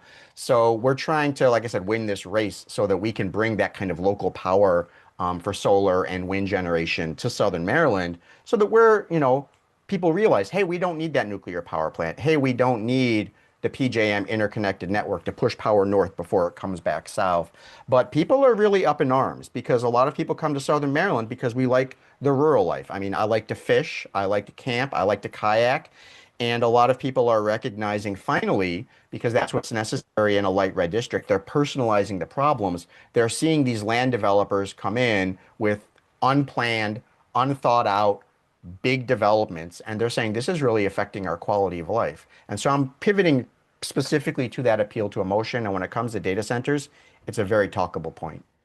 And Chuck, I was at a rally in southern Indiana on the Ohio River, Madison, Indiana, last Saturday, and I got this picture. I asked if everybody there could take a picture together. It was a young man holding up a quote from FDR about the forest being the lungs of the world, and then next to him was a young woman in a Charlie Kirk shirt, and then next to that somebody in a "Don't Tread on Me" flag, the kind of symbol of the Tea Party, and they were all there saying they want to work together and take on the data center and save their ecology and what they love about rural life. And so some weird coalitions. And I just felt like, those are folks that we can bring to our side with a little bit of education and some knowledge, right? So it just seems like this is an issue that in a light red district, deep red, I think it brings people together and shows what happens when grassroots get together and, they got to sort out some of the nonsense politics. But, it's, a chance to do something big. Absolutely. And if the forests are the lungs, then the waterways are the circulation system, right? That is what drives so much of the Earth's climate. And, as the waterways and the Atlantic currents start to slow down, we're seeing the impacts in how phytoplankton are developed and evolve, and that's having global effects. And yeah, like you said, this is crossing party lines. I've already been endorsed, and we're holding on to those commercials till it gets closer to election by some Republicans of note in the district. Because I'm taking a hardline stance against industrial development writ large, but focused on data centers. And like you said, with my national profile, nationally known data geek, I bring a credibility to this issue that honestly most local politicians lack. So we're going to hit it pretty hard, and hopefully it'll be a winning value proposition for the voters down here. Hey, Mike, go ahead, Alan. But just one other last question I have is standing up to Donald Trump and standing up to Elon Musk. What was it like? Doing that personally? What kind of how much bravery did that take, and what was it like knowing that you were putting your career at risk by doing the right thing and protecting Americans' Social Security? I had asked that question. PBS actually asked me pretty much the same question, and I said it was harder than combat. When I went into combat, we were trained for that. You're reacting in the moment. You've got muscle memory, and everything happens very fast. The anticipation is very low. You're taking a personal risk. When I had to decide whether or not and how to alert the public to what was happening with Doge, I was putting my family at risk. I had to, consider that I would be absconded by ICE and taken to El Salvador. And there were weeks of investigating this internally to make sure that I was barking up the right tree and that I had a credible case to bring to the American public. I don't know that I slept for an entire month. It was ridiculously stressful. I wear it as a badge of honor, but to be frank, when a trillionaire tweets at you, it's ridiculously uncomfortable. So, I'm proud of what I did. I do it again, but I really just feel like I was doing my duty, and I hope most people would stand up and do the same. And I give, for those that are in the federal workforce now, whoever's on the phone, if you're in a hardworking position and you are providing services, you get all the grace in the world from me. For those that are in leadership positions, you signed up to lead. That means you need to take personal and professional risk. So, if you know someone in a leadership position that is not taking that personal and professional risk, at my point, I count them as complicit. So, and Chuck, just that, you mentioned the federal workforce. You're obviously in a state that has been deeply impacted by Trump's attack on the federal workforce, and we've been connected through that movement and through our friend Kimberly, who has gone through her own personal hell, taking on doing the right thing. So, Chuck, as we wrap up, and happy Father's Day, but what do we got to do to help you win? And obviously you're going to win on Tuesday, and then it's on, right, to get those votes and flip this district. Yeah, I appreciate that, and I'm happy to take any questions if there's time. If not, I'm happy to come on some other time and take questions if you'd like. Talk about AI and data. No, we'll bring you back, and once we, I'll talk to Mike, another Mike. We have a million Mikes, you might be able to tell on our team here at PDA. But one who's absent today has a family tragedy, and he is our effective Maryland state coordinator. And I'm not sure how things stand with the Maryland PAC, but it has existed, and so there could be an endorsement there. Certainly can be an endorsement from P48. It's de facto since you're running unopposed, and we'll get the. We are blue no matter who once we get over the primaries, but we really push for candidates like you, and we really work for candidates like you. I'm actually fascinated by your work. I'd love to have you back. It sounds to me like you know a lot about also the crisis around the Atlantic. Yep. What is that goes from the Caribbean up to the North Atlantic, the Gulf Stream, and the possible interruption of that, and the catastrophic impact that would have on climate change. As out here on the West Coast, we're going to be impacted massively by a significant El Nino this summer. All this is happening, and a champion like you is invaluable for our society at this point. And you're like a double American hero already. So, you know, let's get a good career in publicly elected office for you too, and then you can triple that. I appreciate it. My work in the Navy, actually, I had to know a lot about Atlantic currents and how sound propagates through the Atlantic. So we learned a lot about oceanography just by default. You know, there's two real things that I need. I honestly believe that when we recover from this mess that we're in nationally, it's going to be strong, local, sustainable communities that can work across regional boundaries that are going to be where we start reconstruction from. It's not going to be like a North versus South. It's going to be where local communities are working together across state lines, which is part of the reason I'm running for state senate. I want Southern Maryland to be one of those. You know, the two things that people can help me with, the number one is reach. Obviously, you know, endorsements, reach, spreading the word, spreading the website, liking me on socials. It's all Chuck4MD. Helps me get the word out because I do believe that change happens at the grassroots level. In my experience as a technologist, you prove out that concept at a small scale before you scale it up. And reach will help me prove that out at a small scale and scale it up. And like any politician, you know, donations are always appreciated. You know, state races cost exponentially less than congressional races. So, you know, even $100 or $200 goes such a long way in a state race.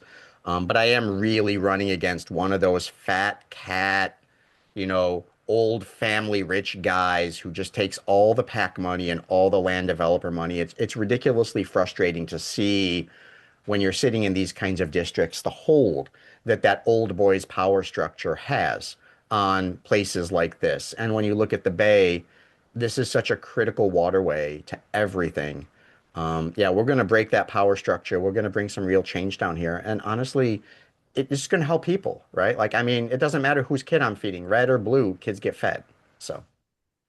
Thank you so much. And thank you, Mike Olis. And thank you, Chuck Borges. And thank you for knowing, very much looking forward to supporting your campaign and to having you win. And by the way, as you talk about the kind of network of support, obviously there are these data centers, stop data center efforts across the country. And given the profile of your district, many of them are led by Republicans across the country in coordination with our close ally, Food and Water Watch. Food and Water Watch would love you if you're not networked with them. And I'm not. Please make the connection. I'll take all the connections. Yeah, and also maybe some of the people who are leading some of these data center struggles will maybe be willing to speak on your behalf. And those could be powerful endorsements from around the country too. Hey, thank you so much, and thank you, Michael. So Chuck Borges, just finally remind people what district and in Maryland and state. It's the 29th district, which is St. Mary's County and Calvert County. So Southern Maryland.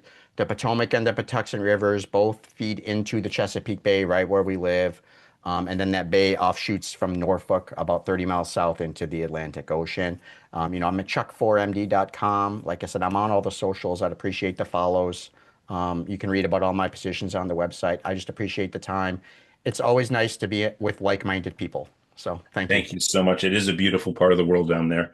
Thank you so much. And right now, what we're going to do, folks, is we're going to go to a pre-recorded conversation I had with former Congressman Jamaal Bowman about 3 races in New York City that we are endorsing, about Zohran Mamdani's mayorship, and just the feel of New York and how the politics of New York, it's to some extent, defying expectations are resonating around the country and the world.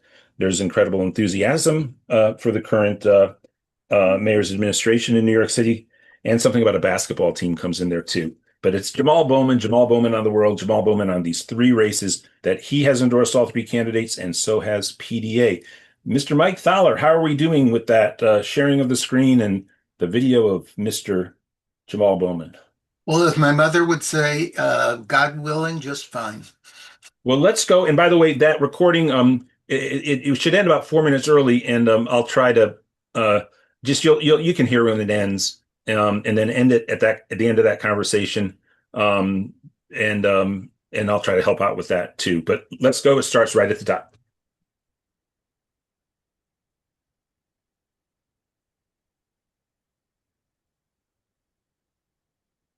There I am. Looking pretty. A few days ago, I had quite a sore neck from an injury. Hello, everyone, and I've undoubtedly just introduced Jamaal Bowman to the town hall, but I will do so again with Jamaal here. Jamaal, of course, is a former congressperson, a fantastic congressperson, one of our favorite recent members of the U.S. Congress and U.S. House of Representatives. And when New York City redrew its districts, they did so very unfavorably to Jamaal, and I call him a conservative Democrat, was placed against him, and an absolute avalanche of money from AIPAC came against Jamaal because he spoke honestly about the realities of the Middle East. And but again, our congressperson from New York City here is going to tell us about some fantastic candidates in 2 open seats and 1 seat where a Democratic incumbent is being challenged by a fantastic candidate. And PDA has endorsed, again, 3 people in New York City. Last week, we had a candidate from upstate that we had on, fantastic candidate, who is challenging an incumbent up in the Rochester area. But today, we're going to talk about Claire Valdez, who's running for Nydia Velasquez's open seat because Nydia is retiring. And then we have, actually, it's 2 incumbents. I'm so sorry. I don't even consider Goldman an incumbent. It's just a quirk of a last cycle that progressives not being able to get together and consolidate behind a candidate. So Brad Lander we've endorsed against Goldman, and also Darializa, and I'm shy about pronouncing her last name, Avila Chevalier. Is that right? Chevalier, yeah, you said it right. That was pretty good. That was good. Nicely done. Thank you very much. Yeah, endorsing, and I really applaud this, actually, endorsing Congressman Espaillat, who, has endorsed a lot of the legislation that PDA supports over the years. But in my opinion, we have to be realistic about the battle that's going on inside the Democratic Party between people who are trying to demand a new politics for the 21st century, 3 decades into the 21st century. The whole neoliberal economic social contract is not working for the population. It is the Democratic Party holding on to it has led to 2 defeats to proto-fascists. Clearly, we need to reconnect with the masses of the people. And these 3 candidates, and New York City itself, Zohran Mamdani's New York City and Jamaal Bowman's New York City, is really a beacon for the country in trailblazing these new politics. You introduced to the country by Bernie Sanders, the squad, but now New York City is the heart of pushing it forward. So, Jamaal, your thoughts on, let's get to the 3 candidates in a second, but New York City, and we'll talk about the Knicks later, but you have a Democratic Socialist mayor, and how that all feels. This was an enthusiasm towards a politician that we just haven't seen so often in America. Your thoughts on all that in New York right now? I mean, it feels incredible, man. I mean, it feels awesome. It almost feels unreal. And like the Knicks winning the championship feels even more unreal than a Muslim Democratic Socialist of America being elected mayor of New York City. Like the Knicks winning is more unreal than that. So it feels like fantasy world in a good way. You know what I mean? And this is a project that DSA has been organizing around for, they had a 10-year plan, right? Mm-hmm. To really get boots on the ground and really secure, political power and strength in certain communities, and then leverage that to just continue to grow that power and strength across the state and across the country. And it's worked, getting Zohran elected to the assembly, a few years back, along with Tiffany Caban, along with Jabari Bridgeport, and so many others. We have socialists at the State House and the Assembly and on the Senate side. We have socialists in the City Council. Excuse the noises, I'm hanging out and sitting on the Upper West Side outside just chilling. Mm-hmm.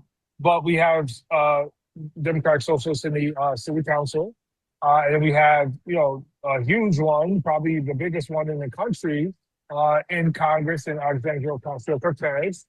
And then, Zohran has the audacity to hope and to run and to just shatter the glass ceiling, the perception, the idea of what's possible in politics in America. And so, and not just him, he had a whole organizing army with him and behind him. And so, yeah, to get that win last year was huge against a political dynasty. And now, a year later, Knicks win the championship. But we also have, 3 campaigns in New York City in particular regarding a U.S. House seats. Brad Lander versus Dan Goldman, Claire Valdez versus Antonio Reynoso, and Espaillat being challenged by Darializa, Avila, Chevalier, and it looks like at least 2 of those 3 are primed to win with the very real possibility of a 3-0 sweep of all 3 races. And so it's a very exciting time. And to the point you made in your introduction, people across the country are responding, right? I mean, listen, we had 2 big wins in New Jersey, and Lilia Mejia is one of them, and Dr. Adam Hammerway is another, right? So 2 huge wins for Congress in New Jersey. And we have another huge win, in Pennsylvania, Philadelphia, Pennsylvania with Chris Rabb. And now, New York is gonna have at least 1 win guaranteed almost. Brad Land has been up in the polls by some obscene numbers. Right. So barring some catastrophe, it feels like Brad Land is going to be in. Hey, one thing about Brad I want to point out, it's almost a paradox, sort of an irony that he's running in the very district where, again, Goldman won the primary with a very low percentage because all the progressives split. There were so many progressives running in the district last time. And here was Brad Landers, who actually, this beautiful show of solidarity to effectively endorse in the House races do not have the ranked choice voting. But the mayorship, you might remember in the primary, had it. All y'all folks out there in PDA land might remember that. And Brad Landers effectively, said, if you're going to vote for me first, vote second for Mamdani. If you're going to vote first for Mamdani, vote second for me. We call that a cross endorsement. Yes. Yeah, and it was a beautiful show of solidarity, and so it's sort of a nice bit of sort of justice coming back that he now is going to be the beneficiary of being the really primary progressive in this district. Yeah. Huge, right? And so, anyway, very exciting time. And Zohran's done some, push some things forward that are really important, like, the Peter Dare tax is one. Yeah. And appointing the right people to the housing board and holding bad landlords accountable. His pick, for education chancellor is a good friend of mine who I trained with. It was like, if you're not going to pick Jamaal Bowman, pick this guy, Kamar Samuels. That pick is a slam dunk. So, Zohran's going to continue to show that he can govern, and we have to continue to show that we can organize and win elections, and I think we're about to do that. And the grocery stores just opened, right? And the grocery stores, that's right. That's right, absolutely. And so, it feels good in New York right now. What's the number of new housing units that he says is going to go forward within budget, too, right? It's a large number. What was it, 20,000? Yeah, something like that. Yeah, large number. I think it was 20,000. I don't remember the number. It might have been 40,000, but yeah, it was a large number. Yeah. And the rest of the country, boy, do we need that across in California where I am, man. Whew. Exactly right. And even in California, from Randy Villegas to Angela Torres Gonzalez to Mai Vang. You have three. Right. You have 3 going into the general now, who all have a chance to win. And in fact, even in the city council in Los Angeles, where there are 3 clear DSA members on the body of 15, and the 4th, a little softer, is now challenging Karen Bass for mayor, right? So again, the politics have real traction. Up in Montana, a Democratic Socialist candidate won the primary and has a chance of pulling off that seat in this context. The mayor of Washington, D.C., right? Has that been called yet? Mayor of Washington, D.C., the new mayor is going to be a Democratic Socialist? No, it's fantastic. And by the way, I've been a DSA member. I sometimes say this, and I'll say it again on a PDA call, longer than I've been a PDA member. So very, very happy to see this happening. And we've been affiliated from the get. Michael Leidy, former head of DSA, is on our board, and great friends with the long-standing and newer members of DSA across the country. And they're unrivaled in terms of building up support for candidates. And in some of the races, by the way, where the candidates didn't get into the runoff in California, we have these great now pockets of coordinated people who are ready to get to mobilize. So people know a little bit more about Brad Lander. So we just spoke about Brad. Tell us about Claire Valdez and her race. And this, again, I think is a really important example of how it's essential that even if you have, quasi-progressive candidate, it's really important to have, let's say radical, but you can say radical or just a real champion of the working class as the person who's going to represent you. Yeah. Yeah, Claire has shown up for immigrant rights, against ICE, for housing justice, for labor, huge organizer with the UAW. She's been doing that for years, for her entire career, when no one was looking. Mm-hmm. So that's who Claire is in her heart of hearts and in her actions. She is an organizer. Mm-hmm. She also happens to be a member of the New York State Assembly. Like, she's an actual elected official right now, right? And so she's already been elected to office in this space. Mm-hmm. And so she's in elected office at the state level as a progressive, as a socialist. She's been organized on the ground, behind the scenes, just showing up offering support. And when she launched her campaign, she was immediately endorsed by New York State DSA and UAW right out the gate. Mm-hmm. In addition to myself, in addition to Zohran, in addition to others. And so, we need organizers in office because organizers know how to organize, like not just their communities, but their colleagues. And that is needed in Congress as much as anything else. Antonio is a politician, right? Like he's been a member of the city council, he's a member of, now he's a Brooklyn Borough president. I met him once or twice, and you could clearly see the difference between like a politician and an organizer. Like, you could talk to them for 5 minutes, right? So, politicians are all about like deal making and some subterfuge, and the way they use language, is not always as forthcoming as you would like it to be. Versus an organizer who is like, hell yeah, let's do this, and get it done, and I'll be there with you on the ground, right? And so that's in that race. That's what's at stake here. And then there are obviously some questions around, some of the donors to Antonio's campaign. Right, for sure. And and again, you now have a mayor who pulled off a spectacular victory, and I think just across the country and the world, when people encounter interviews with the mayor, and again, about the Knicks, about the World Cup, could be about any subject, about hard political issues, people feel the realness. And boy, the public. Yeah. Oh, yeah. Well, that's the other thing too, right? Like, when we talk about like progressives, like real progressives, right? There's an authenticity and there's a humility there, right? Like, authenticity in terms of our voice, and we are going to be ourselves, who we are, as we should be, and that's what the people trust, and that's what the people want to see. But then there's a humility in terms of, we don't know everything. So we're trying to learn and grow and figure things out, like a real problem-solving sort of ethic and disposition. That makes the best elected officials overall, and that makes the best progressives. We are always learning and growing in these spaces, and Claire represents that, and Zohran represents it. And Darializa really represents it too. I mean, she's a pull no punches. Again, I would say radical progressive, go right to the roots of things. Yeah, tell us about Darializa Avila Chevalier. Well, see, you're using the word radical properly, right? When you talk about getting to the root of things. Yeah. The majority of people in politics do not use that word properly. They use it as a scare word. But when we talk about being radical to get to the root of something, that's all of us, right? Mm-hmm. All of us who are what is the root? What is the core issue here? That we need to understand first. To paraphrase Einstein, understand first and thoroughly, so that we could then do something about it, right? And so, yes, Darializa is exactly that.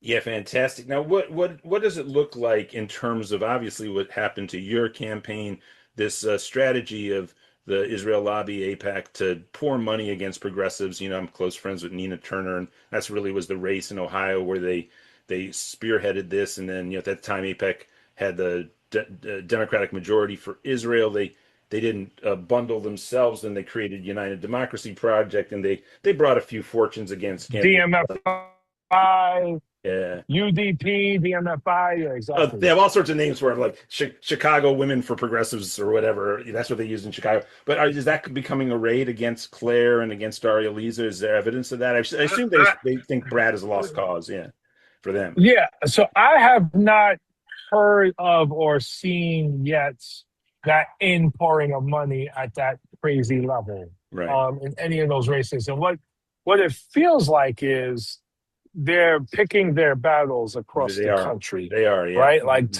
Thomas Massey was this cycle's Jamaal Bowman. Like they really wanted to get Thomas Massey, sure, right? And so they broke records. They broke my record in that race, right? Yeah. 35 million or whatever the number was. And Thomas Massey, he pissed off Trump and AIPAC at the same time. So they were working together to come after him. They poured in a little bit, mostly late, to NIDA alum in horrible in North Carolina. Yeah, so they poured and in money the there. AI people too. The AI people. And it was the trifecta of AI, crypto, and AIPAC. Yeah. And they poured in a decent amount of money to Junaid Ahmed and Khaled Boghazaleh in Illinois. That's right. So he spread a little bit there. And so I'm not getting incoming telling me, oh my God, AIPAC has dropped another 2 million, 3 million, 5 million. Ironically, in Maryland's 5th district, there's a candidate there, Adrian Boafo, who's the AIPAC choice. Oh yeah. He's a crypto lobbyist, supports data centers and crypto and AIPAC. AIPAC so far I think is pouring in about 12 million there. Yeah. And I think they see, they're always looking at polling, and I think their polling is telling them, hey, this guy's might not win this race. We got to do something. Yeah, we like Wada Blagay there. I don't know if you've encountered her. Yeah. So I endorsed Quincy Beribe. And the reason why I did is because, I spoke to Waller, and I think Waller's great. It's just, sometimes it's a pathway thing, right? Like, who do we think really has the pathway? Right. And from what I my conclusion was that Quincy did. But be that as it may, the AIPAC candidate has got 12 million from freaking AIPAC. Oh yeah, it's insane. And he's an empty suit, and he's endorsed by Westmore, Steny Hoyer, and also Bruce, right? Who's the senator there. So he's the establishment pick, endorsed by, supported by AIPAC at the tune of $12 million. And so from what I've seen, and I got to double check the numbers, they're putting probably more money in that race than they are in the New York races. Right. Maybe they think the New York races are going to figure themselves out. Because, with Claire, it's kind of neck and neck with Antonio. And Darializa is up, but she's not up by a lot, at least in the last poll. But, again, they can't fight everywhere at that scale and win everywhere. That's just not going to happen. They're going to lose. They're going to take major losses this cycle. They already have. Well, obviously, New York City politics, of course, Mamdani is mayor, and hopefully all 3 of these victories would be sterling. And we'll talk about Jamaal Bowman in a second and your future plans, maybe. But you have Richie Torres, and you have the prospective Speaker of the House, and you have still the head of the Senate as anchors of a different politics in New York City. And of course, Richie Torres, I don't quite know his relationship with the AI people, but I'm assuming it's the same as his relationship with crypto people, because he's Mr. Crypto in the they love him. Oh yeah, crypto people love Richie Torres. Yes. Yeah, and so there's still work to do in New York City because yes, I don't, other than really shilling for the crypto industry is exactly serving the interests of the constituents of that district. So quickly before we go, and thank you for all this, man. And by the way, PD loves you. We're going to support you whatever you do. You had mentioned that. Thank you. Maybe I'm working on a book. There might be something similar coming out from Jamaal Bowman. We'll have him on when something like that comes forward for sure. But what are your plans? What are you thinking of doing? I do see you here and there in some pretty big platforms commentating. I think you're brilliant whenever I see you. What's up next? Thank you. Yeah. Yeah, man. So I'm finalizing my book, finishing my book. The title is Unpolished, The Hunger and the Healing. It's my life story and the lessons I've learned, and how that little black boy born and raised in the crack cocaine epidemic even get to Congress fighting for Gaza and Palestine, all the things you care about, So I hope, people, are inspired by my story and, are inspired to get involved and stay active in our democracy, because we need everyone active. So that's coming out. Release date is tentatively November 10th or 17th. So stay tuned. That's perfect. A big event will have just happened the week before, so a lot of open space. Correct. This will give us a chance to collectively reflect as a community on the midterms and collectively reflect on what the next 2 years are going to look like, leading into a presidential and obviously more House races. So book is coming out. I'm speaking a lot more at conferences and universities and colleges, and so there'll be more of that stuff happening. And doing some consulting. I've been helping candidates from Zohran to Charles Booker in Kentucky to everyone in between, to just get over the finish line. And then, I might run for office at some point in the future. We'll see. I mean, in politics, right? It's like dog years, man. I could feel very passionate about running for something as we speak today. But then, you know what? A couple of years from now, life is pretty decent. Why do I want to put myself through that mess? Yeah. You're talking to somebody who's been asked to run for a lot of things, and never took the bait. Yeah, right. Yeah. But at the same time, I do, I humbly understand that my voice is important in politics, and people, really respect it and value it and want to hear it. And so, running for office and then being in office provides a space for me to do my best to continue to lead on the issues we all care about, right? And we need as many fighters and champions in these spaces doing these things, right? And so, sure, I could do that on a podcast, and sure, I could do that, in some other way. But yeah, Jamaal Bowman's voice in office is it's the number one question I get wherever I go. Sure. Like wherever I could be, and again, last couple of years I've been all around the world actually, but all over the country. And the number one question is some variation of what's next. Sure. Like what's next for you? Some variation of that. And I used to get annoyed at it, but I totally understand it. I understand and respect it, and I'm grateful for it and appreciate for it, because people could not give a shit what I'm doing or what I have to say. But the fact that people still care a little bit is pretty cool. No. And important. if it comes at the end of interviews with people or appearances where you talk, it's also an honest reflection of people are pretty, and just take it with a grain of salt. Of course, don't let it go to your head. But you are very, very eloquent at articulating and framing issue after issue after issue with great clarity. And that's not every politician can do that. And I know you don't think of yourself probably as a politician, but America needs a lot of guidance out of the corner that it has painted itself into at this point in a big, big, big way. That's a great way to frame it. And it needs guidance from the corners of the country that it has ignored for centuries, right? And I take a lot of pride in representing one of those corners, right? Like the non-establishment black man in America, right? The non-Hakeem Jeffries black man politician, right? Sure. And sometimes like non stereotypically to the left, if you will, right? Because I don't. My political identity is not to the left or socialist or progressive. It happens to be those things, but my political identity is black man in America. That's my political identity, right? Let's end on this. Yeah. I mean, we're recording this, everybody, 2 days before Sunday, so it's Juneteenth. It's Juneteenth. Yes. I mean, a cruel and horrible history of this country, unfinished business galore.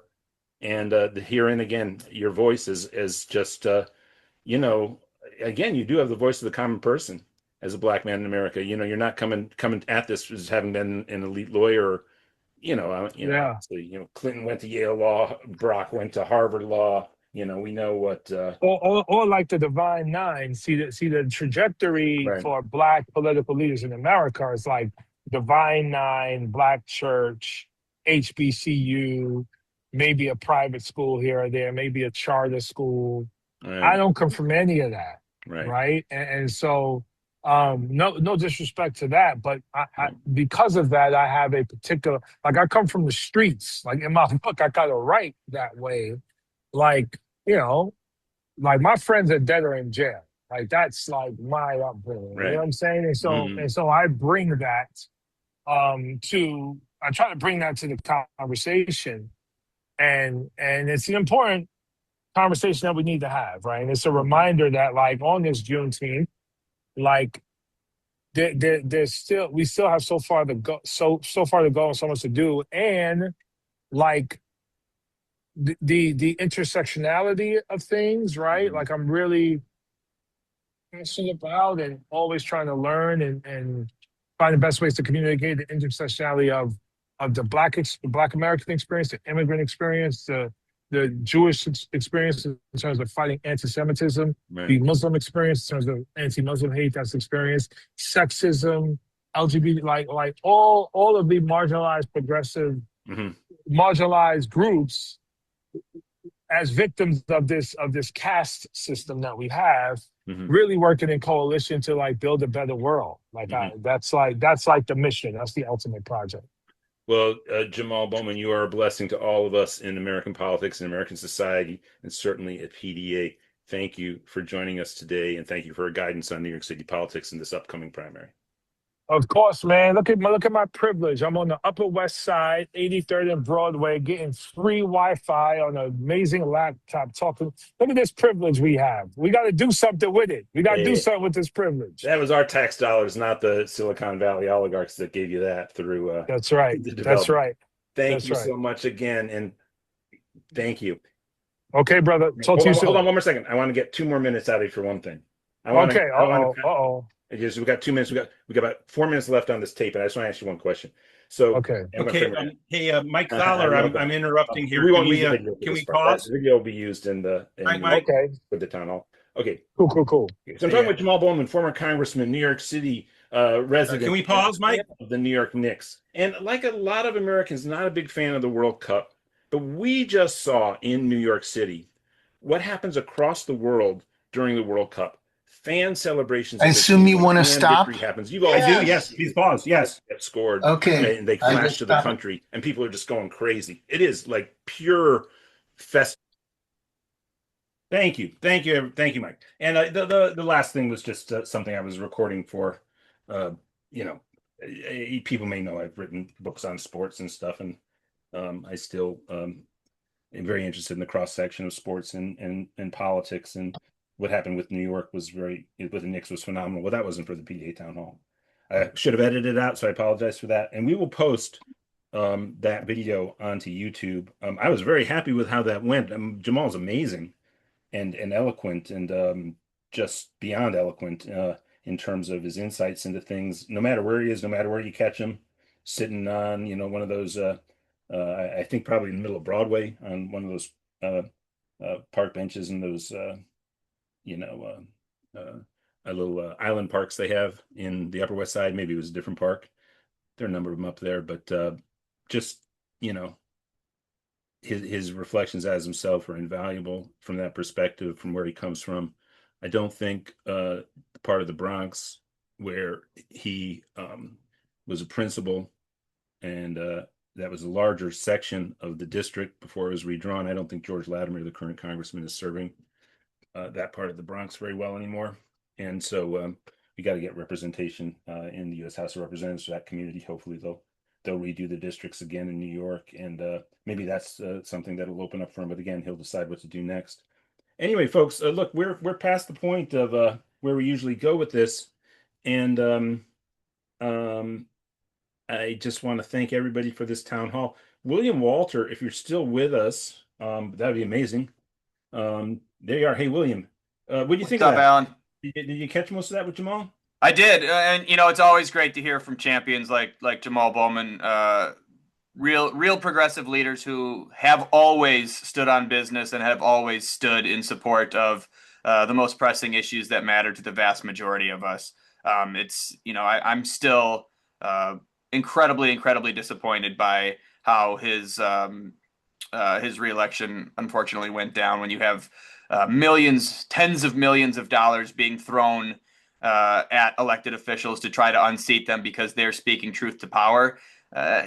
Do we have a better example in the United States of a government controlled by the rich and powerful than that? Nothing says free and fair democracy like wealthy foreign interests coming in and purchasing seats at the federal level. And fortunately for us, Jamaal Bowman has never and will never give up. He is in it for the long haul. He is going to be defending our interests and fighting for the working class as long as he has the ability to do so. And leaders like that really inspire me as a young, hopefully leaders at some point in time in America individual to see the work that he is doing and to be able to hopefully stand on the shoulders of giants like Jamaal and be able to continue pushing that work forward and advancing the progressive agenda, both at the state level and at the federal level.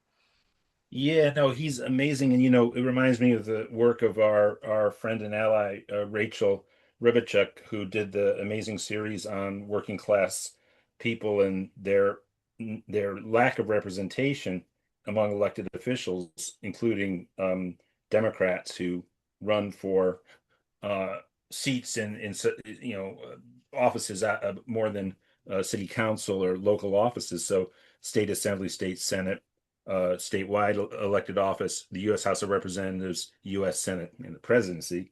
And the number of candidates that ended up being from the working class, as it's sort of officially sociologically framed among Democratic nominees for those seats, was 1.7%.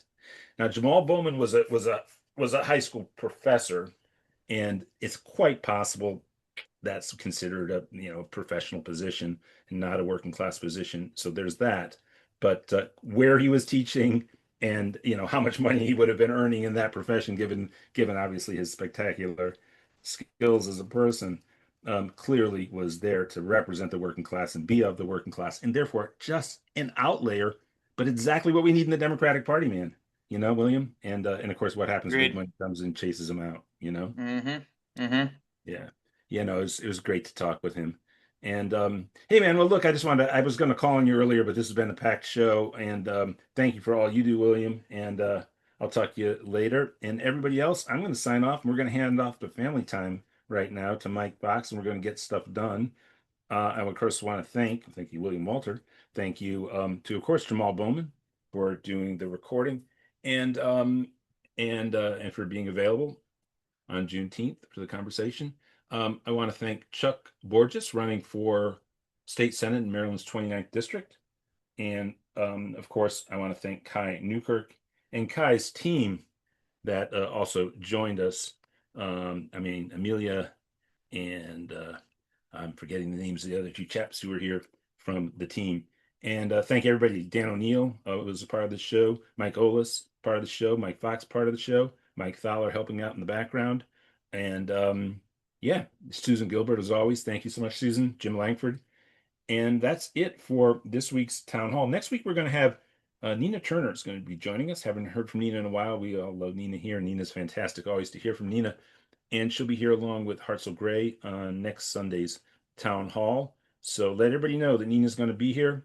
And we're going to hear her thoughts on the state of the world in the middle of the year 2026.